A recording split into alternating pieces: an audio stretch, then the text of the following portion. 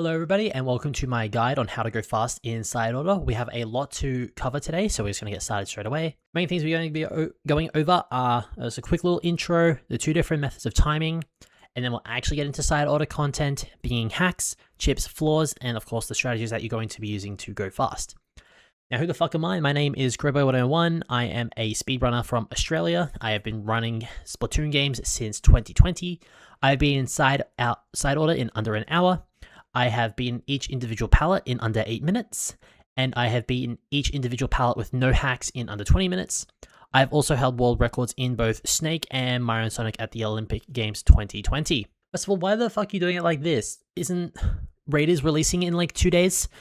Correct. This is the first time in ages that I've had a solid week off that I'm just able to work on shit and like not do my runs because I have taken a break.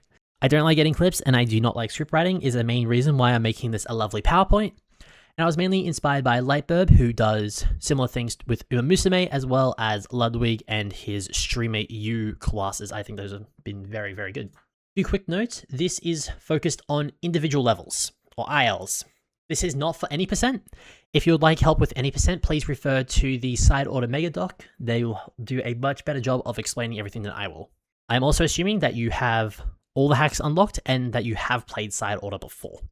Real quick, going over the two different timing methods. The first is in-game time, or IGT. The second being real-time attack, or RTA. IGT includes only the levels that you're doing. It does not include any load times, and it does not include any time that you are thinking in the elevator. And this is given to you at the end of each run. RTA, you will require another program in order to be able to track your time effectively. You can use something like LiveSplit, which is what the default for speedrunning has become. But if you don't have access or don't want to download that, you can just use a timer on your phone or just Google timer into Google and it will bring one up for you. RTA does include load times as well as elevator thinking time and has a specific start and end. You want to choose one of the two methods just so you're able to more easily compare. I recommend IGT because it is nice and easy, and I prefer using that over RTA because I like to think. We are now going to go over the hacks that you're going to turn on briefly. Max lives, you're going to crank that all the way up. However, if you are dying, you should probably be resetting your run, as all that time in the level will still count for both IGT and RTA. Damage reduction, you're going to bump that shit all the way up to take half damage instead of double damage. This is to reduce the chance of you dying, obviously, and double damage is rough. Max armor will go from 1 stack to 4 stacks. You're only going to ever like max out at 2 stacks of armor, pretty much. It is nice to have though, just in case. Broken armor jump, we're going to turn that on to 2. This is so we are not going to get swarmed if we take enough damage that we do break our armor, and it will just be a little easier to try to escape sticky situations. Broken armor recovery is going to go from 12 seconds to 4 seconds. This is because while you're in your broken armor state, you are 1 shot away from death, as well as having a movement penalty on both forms, which sucks. Speaking of that broken armor speed, you're going to bump that from 0.6 to 0.9. 0.9 is pretty negligible, but it is still noticeable. And it is just very, very good to have, because if you do get cracked, you are still able to continue on the run. Continues, you may as well turn on to 1400, but if you are at the point where you have lost 1 life, or if you've cranked all this up, all 6 lives, you should probably be resetting the run anyways. Attack damage going from normal damage to double damage, because obviously the faster we kill things, the faster we're able to get to point A to point B, and once we do shred the portal or the boss or whatever, the more damage we have, the faster it will be. Floor reset, we're going to crank that up from off to start at 50, and it goes to 400 at its highest. This is because we will be resetting floors a lot to try and get faster floors and better chips. Double chip rate from 5% to 15%. If you get 2 chips from 1 floor, it is just much better efficiency, especially if that chip is good. Color chip bias, we do want to unlock to high. However, there are going to be a few instances where we're not going to turn it on. I recommend turning it on to high bias for Charger, Roller, Blaster, and T-Tech. This is because they have common tones already that are preferred, and we want to increase that to 3 or 2 times. In the case of Roller, Blaster, and T-Tech, this is damage. Damage is very, very good. In the case of Charger, this is support, which holds quick charge, which is very, very vital. The rest of the weapons you can pretty much use some bias or no bias. It is very runner dependent. However, I recommend having some bias on shot and umbrella, as they have both mobility and range chips that are very, very good. And the other 6 weapons, all their tones contain at least drone or lucky, which is something that we do not focus on the run at all. So that's why we don't turn it on there. Revealing the floor 10 and 20 boss, you'll definitely want to turn that on. It allows you to plan ahead slightly, and weaken enemies is very, very good. It makes the easy floors even easier. Vending machine discount. Crank that all the way up to 50% off. Very, very good. We will be buying things periodically throughout the run. So just making sure we have more membucks available for rerolling is great. Vending machine reset is pretty much only ever going to be used during like floor 29 vending machines. So that way you're able to fully kit yourself out for order. Because you don't really want to reset the vending machine if you have to. And floor 15 and floor 25 vending machines are always on because these are free floors. I will go over why vending machine floors are so good in a little bit. Membuck reward is very, very good. Having more membucks throughout the run is always a good thing, and we will be rerolling a lot, so just being able to get 50% extra is always very nice. Risky rewards is very, very optional. You do not have to turn this on, but even if you do turn it on with all the hacks that we will have enabled, we will always be getting a 1.1 times multiplier. So if you don't already have everything bought from Cypher Siftings, or you just want more pearls for reasons, just to max them out, have the funny number there. You'll notice that I did not cover drones earlier, since we are going through sequentially. This is because drones are bad in speedrunning. Drone action slots, turf gauge, spike gauge, mine, sprinkler, burst, strike, items. All of these should be turned off. They should not be turned on for math reasons. Now, my math is a little bit shaky in some places. However, I can do 1/50. I know that much. We are going to compare 2 different scenarios really quick. We're going to compare a player who is using shot without those drone hacks and a player who does have those drone hacks. If you do not have any drone hacks enabled, there are 50 different types of chips that shot has access to, which is about a 2% chance for each specific chip. Once it's on one floor, it will not be on either of the other 2 floors. So this first floor will have a 2% chance of giving a chip that a specific chip, let's say, in this case, special charge up. It'll have a 2% chance to be here. Then it'll have a 1 in 49 or 2.04% chance to be on the second floor. And if it's not there, it has a 1 in 48 or 2.08% chance to be on the third floor, which it is this case. This totals to about a 6.1% chance, very, very roughly. I did not do the math on this. I just added these 3 numbers together. This math is definitely wrong, of you getting the specific chip you want. In the case of drone, because we've added those 7 different chips in, it is now a 1 in 57 or a 1.75% chance to get that chip on the first floor. And then 1 in 56 and 1 in 55 for the second and third respectively, which is about a 5.35% chance total, which is a 15% difference between having all your drone hacks and none of your drone hacks. This is why we do not use any drone hacks. This is also because the drone chips are typically very, very bad and require a lot of investment, which you should be putting into your main, sub, and special anyways. Speaking of, it's time for chips. Yummy. Gonna go over them in order, starting with ink damage up. This is a great chip. It affects pretty much everything in the game. It is the only way to increase rain damage, and it is the only way to increase the turbine's damage. Not that we'll be taking those floors anyway, but this is a great chip. You should be taking it. Splash damage is one of the goated chips of side order. It increases every explosion. This includes explosions from you as well as explosions dropped from enemies. Very, very good. You should always be taking this. Sound wave damage you should never take. It only affects whale and breaker and like the turbine checkpoint break. However, it affects so narrow things, you may as well be taking better chips.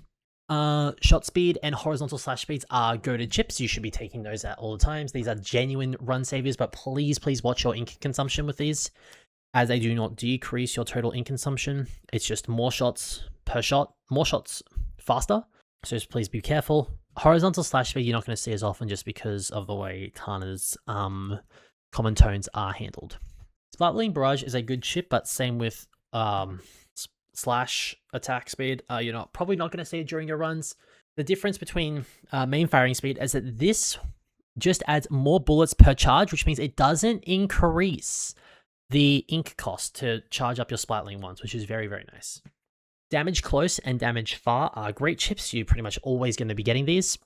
One close and one distant is a flat 15% damage increase no matter where you are. It is great efficiency for what it is. It does only affect your main weapon, but you're going to be using that anyways. Poison Ink is a good chip, however you probably only need one. It increases your poison damage from 100 to 400, which is a very sizable number and is very great. And it combos well with Sticky Ink as well. Going on to support chips. Ink Recovery Up is a good chip. It decreases your downtime, means you're able to be up a little bit faster. You probably only need one or two throughout the run. I think you would rather want to get your main savers, just so that way you have more uptime. Speaking of which, Ink Saver Main is a great chip. It increases your uptime. You're able to get more ink out of one tank.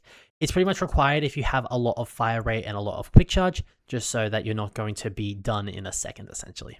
Ink Saver Sub is a good chip. It works very well with your lethal bombs, and you will be getting this if you're focusing on a sub weapon build. However, you should not be taking this over better chips, especially if you're not running a sub build. Splat Ink Recovery, you do not need to take this. Just please take your guaranteed forms of ink recovery. You need 2 of these to be usable. That's a 4% recovery per kill, but more often than not, you will be expending more ink than you are saving. Knockback, you should not be taking knockback. Please take damage over knockback. The enemy should not be getting close to you enough for the knockback to matter, and you should be shredding them fast anyway. It does combo nicely with main piercing, however, if you are forced to take this. Explosion knockback is the same thing with main knockback, just don't take this, get damage instead. Shot spread reduction, it's an okay chip, it's definitely not required. If you feel like you need it and there's no better chips, you may as well grab one. Homing is a good chip in charger only, everywhere else it is kind of a throw. You don't really want any more than 2. I like 1, but if you like 2, go for it. If you feel like you're struggling without this chip, then please work on your aim. I know it sounds rough, but if you're not aiming well and you have to force to take 5 homing chips throughout the game, it's really going to affect your thing. Just go to the training room, warm up your aim a bit. Quick Charge is the best chip in the game, no hands. It is crazy, crazy good. 5 are required for charger runs. Just again, same with firing rate. Please watch your ink consumption because you're only going to get like 6 shots out of a tank, and then you're down for 3 seconds. So No Launch Bella is an okay chip. It's definitely not required, but if there's no better chips to take, you may as well grab this just to get it out of the pool. Umbrella Shield Recovery, it's okay. It's definitely not required. You should be showing them faster than they come to you. So please just be careful. Spitling Recharge, it's okay. It's handy. It may help save you ink from time to time, but same with No Launch Bella, please only take this when it is safe. To range, main range up is a good chip. It decreases your time to travel as you decreases your distance that you're required to travel. It does increase your shot spread slightly. You will notice this if you've done the tutorial before and after you grabbed your 2 main range chips. If you feel like this is really detrimental to you, please just grab some shot spread reduction. Explosion Radius is a great chip. The explosions will trigger other explosions, will trigger other explosions, which will trigger other explosions, which is just perfect for some floors, and it is just very good for clearing out a horde of enemies. Main Piercing is a great chip. You should absolutely be taking this. It helps clear your lesses. It helps paint the portal's feet, essentially, so you're able to get it poisoned. You do only really need 2, but having more is definitely not a bad thing. Main Area Attack, like Area Effect Attack, I don't know what the fuck it's called, because I don't take it. It's okay at best. It combos nicely with main piercing, is able to hit more enemies after you pierce them. However, there are some instances where if you don't have piercing, it will just hit something else instead of the target that you want to aim for. So a little word of warning on that one. Main turf coverage is a good chip. It is a poor man's special charge up, which you should just be taking over this, but it is still a good chip regardless, just because you're able to paint a little bit more and get more special output. Main rolling coverage, it's like rolling turf coverage or whatever.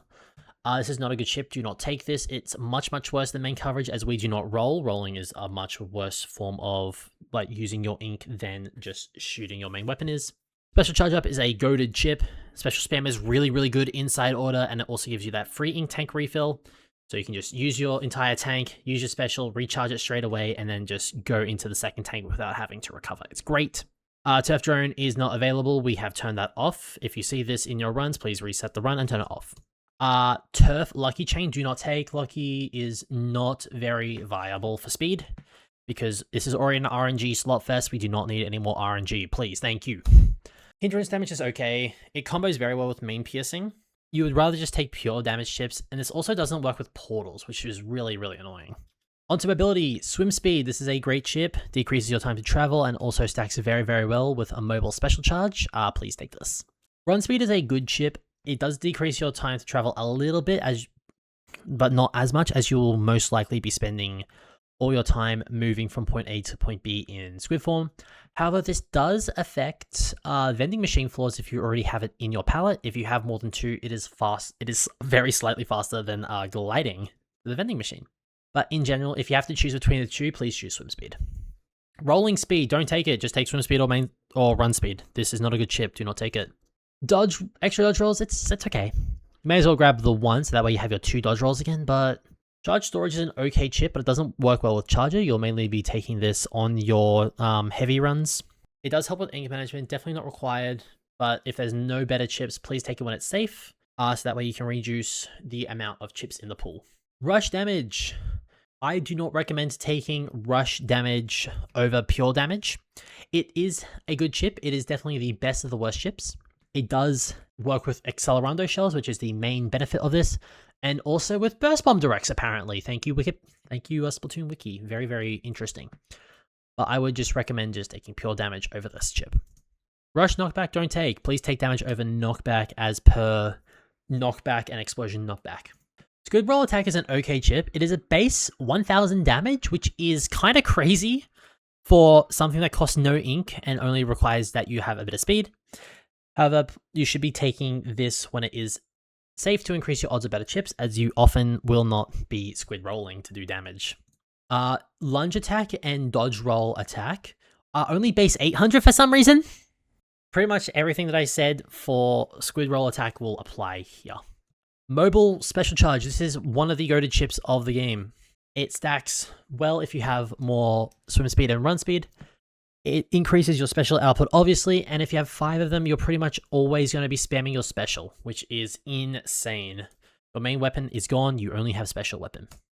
Mobile drone gauge. Do not take it. Drone's not good for speed, as the fact that we have turn 7 of the extra drone chips on. Do not take this, please. Mobile ink recovery is okay. I think I personally would rather just have ink recovery up. But this is okay, as it does, again, stack with your swim and your run speed. One thing this does work for that ink recovery doesn't work for is if you have white ink frames after using a bomb or a blaster, which is very, very handy. Extra chance for armor. Don't take it, can be useful sometimes.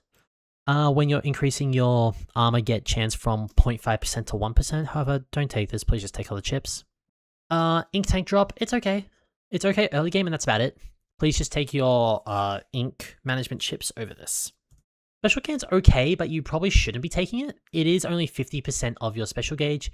It is good early game, however, once you do get more of your special charge chips, it does fall off very, very fast. Just please take your special charge chips over this. Drone battery, do not take this. We do not focus drone in the slightest. Lucky Bomb is the best lucky chip in the game. However, it's just a good chip. It combos very well with your splash damage and your splash radius. But you should not be like re-rolling floors just to search for Lucky Bomb. It is a very nice thing to have. Disc is an okay chip, but don't take it. It can increase your chances of getting a free phase 3 in Overlorder if you're really struggling getting pinged down by rays and sliders. However, you should just be focusing on your main and your sub and your special instead of focusing on your luck. The 2 lucky chain chips, don't take it, they're too slow. Because of drone, we only really, because of all the hacks that we haven't enabled, we only really have 2 drone chips, being Drone Bomb and Drone Whale. Drone Bomb is easily the better of the 2. This is because your bomb will be affected by your splash damage and your splash radius, and Whale is not. That is the only reason. Because we do only have 1 drone slot as well, if you take one, you will deny the other one as well, which is also very, very good. So that is like the only reason that you're going to be taking Drone Whale, is if there's no better chips, and you want to keep decreasing your pool to try and get your special charge and your other good chips. Drone gauge, don't take this. If you have a drone chip, you can take it if there's no better option. However, we don't focus drone that much at all, so please don't take it. Drone burst, drone mine, drone strike, drone items, drone splat gauge, and drone sprinkler. You cannot take these. We have turned those off. If you see them in your runs, please quit the run and turn them off. All the chips are done. Let's head on to the floors. I'm not going to go over floor specifics as there is a lot of them, as you will see coming up. I will just go over the general trends of what you want to take, starting with fish. Fish are great. Fish are so good. They are so fast. You can typically, once you've gotten just a little bit of power, you can clear fish floors in under 10 seconds. If you're really fast and you've gotten a lot of practice, you can clear them under 5. There have been recorded times of people getting 1 second on fish floors. I know I have done that before. It is great. Ball and portal floors are both great. They're very interchangeable, both very good in their own right. I think 8-ball floors are better early game than portals. This is just because you're not going to have enough damage to shred the portals fast, so this is a good way to build that up. Please just forget that zones and tower ever exist. If you're forced to take one of these, the run is going to be very slow. It is not over, but you're going to have to work very hard to recover. If you take 2, then it's over. But how do I know which of the floors are good? Well, this is where I have to show a few tables. I'm very sorry. Please don't be scared. This comes from the side order mega doc, which once again will be in the description. This shows you all the floors that you can get from floors 1 through 10, floors 11 through 20, and floors 21 through 29. The colors of the floors are pretty much how good the floor is. So if it's got a green label, it is a fast floor. You should be taking these. If it's a yellow floor, it is okay. It is very build dependent. For example, portals uneven during floors 11 and 20 can be done in about 10 seconds. However, if everything goes to shit and you're not prepared, it can definitely spiral to 30, even 40 seconds sometimes. The orange floors are debatable. It will mainly depend on your build. You will notice that there are no orange fish, which is what amazing reason why fish are always so good. But you're pretty much only going to be wanting them if you're desperate, because once you get to those later floors, there are not very good ones to pick. Red are bad floors. You should be avoiding them when possible. Please don't take red floors unless you absolutely have to. Finally, black are the absolute hell, which is reserved for Nightmare and Sisyphus zones. Do not take these. Now, if you don't want to have this up constantly at the start of your time, you can do what I do, which I did spoil a little bit. You can just have sticky notes on your wall. I've put these up when I was practicing any percent for the relay marathon. Please don't watch that. And it just has every floor and if I want to take it or not. If it has a tick next to it, I will be wanting to take that floor. If it has a circle, it's an okay floor I should take. If it has a triangle, I should avoid that floor. And if it has an X, I should not be taking that in the slightest. And of course, you can see here, I should not be taking zones and tower pretty much ever. Now, I did mention earlier that vending machine floors are very good. We're going to go over that now. Vending machine floors are the GOAT. But why are vending machines literally the best floor in the game? It adds 0 seconds to IGT. This is because while you're in a vending machine floor, it is not considered a level, so you're not getting timed. It is super good, so you're able to just have a think and plan out your next few levels ahead. It's also faster than every other floor in RTA. This is because even if you buy something, the only time that you're going to be behind, if you take a vending machine floor in RTA, is going to be like if you beat that floor in like 2 or 3 seconds, because it is so fast. And if you are planning to just not buy anything, you can just load in and walk straight back. You don't have to buy anything. It's amazing. This also allows you to change out your subs and your specials. Obviously, this is the main reason why you go to vending machine floors in casual runs anyways. And you also get to see a couple of additional chips for free. So if there is no good chips in the floors, you may as well go have a look at your vending machine. And if there's nothing there, oh well, you got to see a few extra chips. Maybe it'll help your RNG later. But which subs and specials should you be getting from these vending machines? This is where the tier list comes in. Anything in S tier you should always be buying straight away. Strikes are easily the best special in the game. This is because they have high damage and you're able to use them from far away. They are very good. Please be taking your strikes. Hammer and Splashdown are also very good. Hammer has the highest DPS in the game, even over strikes. However, it has a downside that you have to be right there in order to use its rush mode. Triple Splashdown is good for a different reason. While it is still limited range, its damage is very instantaneous and is slightly higher than one single swing of the hammer. And it does mean that you're able to get out of your special faster and continue moving around. I'm not going to go over anything A and below because while they're good, they're not as good as the main 3 specials that you should be getting. Same with subs here. Splat Bomb and Suction Bomb are very good because they are instant sources of damage. And so you're able to blow them up on shields and portals and be able to just quickly get their damage. Curling Bomb is here because it is a great mobility tool. I'm not going to be covering anything else below in 8 as well, as we are already approaching a long time that I've been talking for. Last thing for floors I'm going to be covering is the bosses. Which bosses do you want to be taking? You're pretty much always going to be taking Rondo at floor 20. This is because at floor 20, the boss is harder than if you would have taken it at floor 10. In both Bounder and Rondo's case, it will get more HP. In Cannon's place, you'll have to kill more enemies, like including Octolings, in order to beat the wave. This is very slow, and Bounder is Bounder, so it means you're going to be chasing it around, which can be very annoying. And this is why we are going to be choosing Rondo for our floor 20 boss pretty much every time. This list leaves your floor 10 boss to be either Bounder or Cannon. If you can beat Bounder in under 45 seconds, you should be taking Bounder, as otherwise Cannon will always be faster. Bounder is pretty much going to be taken exclusively in charger runs, especially if you have aim, because you're able to hit that weak point. But if you can't do that, just take Parallel Cannon. It's much better and much more consistent. Going over the strats real quick, I will be covering the top 3 strategies. Number 3 is your main weapon strat, so your piercing, your damage, your fire rates. This is very good, however, it does not have any overlap with the other 2 main strats. But you do use your main weapon a lot, which is why it is here. Number 2 is your sub weapon. The more sub weapons you're able to spam, you'll be able to get a higher damage output than if you were using your main weapon. And a couple of these chips will overlap with the best one, your special weapon. Your special weapon is actually crazy. It costs no ink to use. It is so good. You should be spamming the shit out of your special weapons. But a few quick questions about the strategies. What about drone and lucky builds? You need to rewatch the chips section. Specifically, the drone and the lucky section, please. Can you still run drone and lucky builds? Yes, but you're not going to be that fast. The aim of the game is speed here. You will most likely be taking a few drone and lucky chips to help supplement your strategy, or if there's no other better chip, but you should not be focusing on them. Isn't Quick Charge Charger the best main weapon ever? Shouldn't that make it like the best strategy in the game? Yes, but it falls off specifically at Phase 3 Order. This is because Phase 3 Order has a fuck ton of HP. It is the biggest damage sponge in the game by far.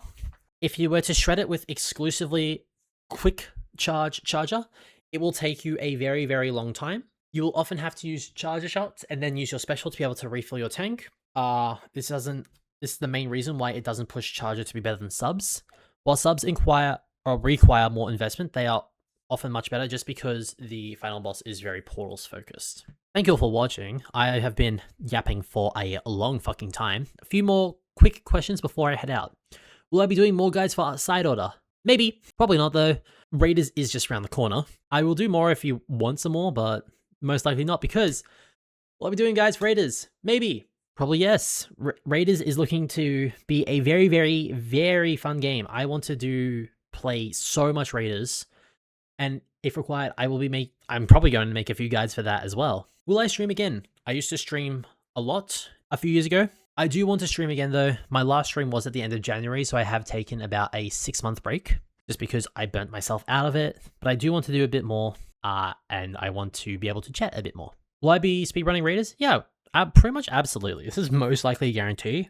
I will definitely be running it offline. I think that's where I went wrong, because I ran exclusively online, and if I wasn't running online, I felt guilty if I was running offline. I'm trying to fix that balance by doing offline runs first, and then if I feel up to the task, I'll be going back online. I have a question about side order in general. Please put it in the comments. I will do my best I can to answer it. Thanks all for watching, guys. Please do better in your side order runs. Go beat that tower fast. Thank you very much.